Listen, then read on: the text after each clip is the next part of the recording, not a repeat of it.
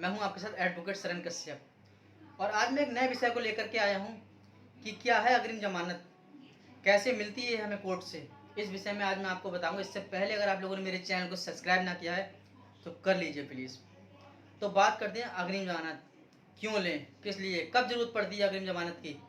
तो मान लीजिए कोई एफआईआर अगर आपके खिलाफ हुई है जिसमें आप अभियुक्त है, मुलजिम है, जिसमें आप एफआईआर उन बिंदुओं पर, उन धाराओं पर है जो नॉन अवेलेबल हैं, जिनमें जमानत नहीं है, जिसमें गिरफ्तारी का डर आपको बना हुआ है, पुलिस दबिश दे रही है जगह जगह आपको गिरफ्तार करने के लिए, और आप लुके छुपे पुलिस से घूम रहे हैं, किस तरीके से हम पुलिस से बच जाएं और हमें जेल भी जाना ना पड़े और हमें एक मौका मिल जाए पुलिस के सामने अपनी सफाई देने का।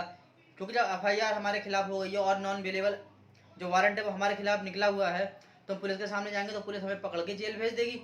तो किस तरीके से हम अपनी सफाई पुलिस के सामने पेश करें। तो एक जरिया होता है अग्रिम जमानत का कोर्ट से, कि हम कोर्ट से अग्रिम जमानत ले सकते हैं। उस बीच हमें छूट मिल जाती है गिरफ्तारी की, पुलिस हमें गिरफ्तार नहीं करती है और हमें उस बीच ये मौका मिलता है कि हम अपनी सफाई, अगर हम झूठे फंसे हुए हैं किसी मुकदमे में, अभियुक्त हैं और हमें झूठा फंसाया गया है, तो हम उस बात की सफाई पुलिस को दे सकते हैं जा करके। पुलिस हमें गिरफ्तार नहीं करेगी। तो अग्रिम जमानत के क्या क्या प्रारूप होते हैं। अग्रिम जमानत दो प्रकार की होती हैं। एक तो आप सेशन कोर्ट से भी ले सकते हैं, दूसरा आप हाई कोर्ट से भी ले सकते हैं। अफेंस मैंने आपको बता दिया। अगर आपके खिलाफ कोई गंभीर मामला दर्ज हुआ है जिसमें नॉन अवेलेबल वारंट आपके खिलाफ इशू है, तो आप गिरफ्तारी से नहीं बच सकते। पुलिस आपको गिरफ्तार करेगी। अगर आप सामने चले जाएंगे या पकड़ लेगी पुलिस आपको, तो जेल भेजेगी। तो उससे बचने के लिए अग्रिम जमानत का एक प्रारूप आपके सामने खड़ा रहता है कि आप अग्रिम जमानत ले सकते हैं। इसमें दो तरीके, सेशन कोर्ट और हाई कोर्ट। अब होता क्या, अगर आप डायरेक्ट हाई कोर्ट जाएंगे तो हाई कोर्ट आपसे ये कहेगा, जहाँ आपको सेशन कोर्ट का जो ऑप्शन हमने दे रखा है पहले, तो आप सीधे यहाँ क्यों आए, तो हो सकता है वो आपकी ना सुने और वो फिर से आपको सेशन कोर्ट ही भेजे। तो इसलिए हमें सेशन कोर्ट में ही अप्लाई करना चाहिए अग्रिम जमानत के लिए।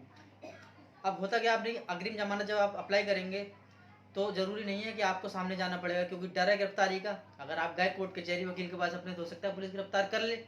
इसलिए ज़रूरी नहीं है आपकी उपस्थिति हो। आप एक वकालतनामा आता है, उस पर आपके हस्ताक्षर चाहिए होते हैं, सिर्फ साइन, वो आप कर दीजिए और वकील के पास अपने भेज दीजिए। उस वकालतनामे के थ्रू ही वकील आपकी तरफ से द्वारा अधिवक्ता के प्रार्थना पत्र दे करके कोर्ट को बताएगा कि हमने अग्रिम जमानत अभियुक्त के पक्ष में लगाई हुई है, और अपनी जो जितनी भी बातें हैं जो आपके पक्ष में हैं, जो एफआईआर में आप बिंदु टटोलेंगे कि कौन सी ऐसा पॉइंट है जो आपके खिलाफ झूठा जा रहा है, जो सच नहीं है, आप एफआईआर को झूठा साबित करने की कोशिश करेंगे। जो वकील है वो आपको बताएगा किस तरीके से आपका बचाव हो सकता है।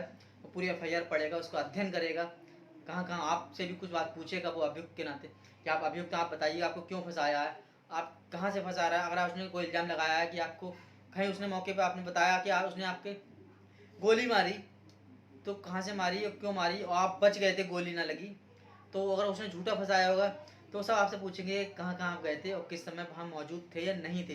ये सब बातें एफआईआर में अध्ययन करके वकील आपकी सफाई कोर्ट को देगा।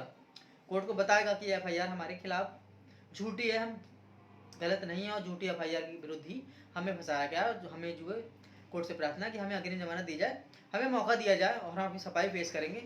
बाद में अग्रिम जमानत के रूप में हमें मेन जमानत दे दी जाए। इसमें एंटीसिपेटरी बेल में होता क्या है कि कोर्ट उसको देखता है कि हाँ वाकई में ऐसा है, कुछ पॉइंट उसे मिलते हैं जो वकील आपको सफाई देने में साबित हो जाता है सही, कि हाँ वो सही कह रहे हैं, कि हो सकता है कहीं झूठा पॉइंट हो। तो अधिकतर एंटीसिपेटरी बेल कुछ मामलों में कोर्ट वो दे देता है सेशन, और सेशन कोर्ट अगर मान लीजिए नहीं देता है, नहीं सुनता है, फिर आप पे ऑप्शन हाई कोर्ट का बचा रहता है, आप हाई कोर्ट भी जा सकते हैं।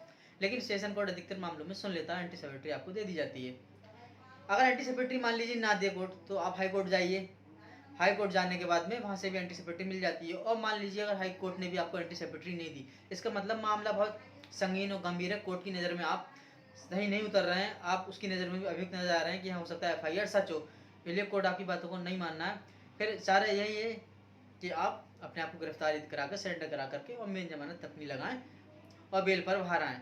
लेकिन एंटीसिपेटरी क्या है, इस बारे में मैंने आपको बताया। ये एक जमानत का प्रारूप है जो आप बच सकते हैं, लेकिन वहीं बच सकते हैं जहां आप झूठा साबित एफआईआर को कर दें।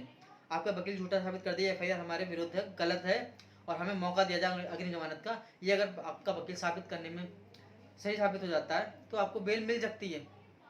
लेकिन अधिकतर जो है सेशन दे देता है और कुछ मामलों में नहीं देता है। अगर 300 मामला, 302 का मामला गंभीर है या 376 पॉक्सो के साथ में है, ये कुछ गंभीर मामले लेते हैं, अवेलेबल ऑफेंस नहीं है ये, तो इसमें एंटीसिपेटरी जो मेरे जहाँ तक है मेरा अनुभव है तो कोर्ट नहीं देता है।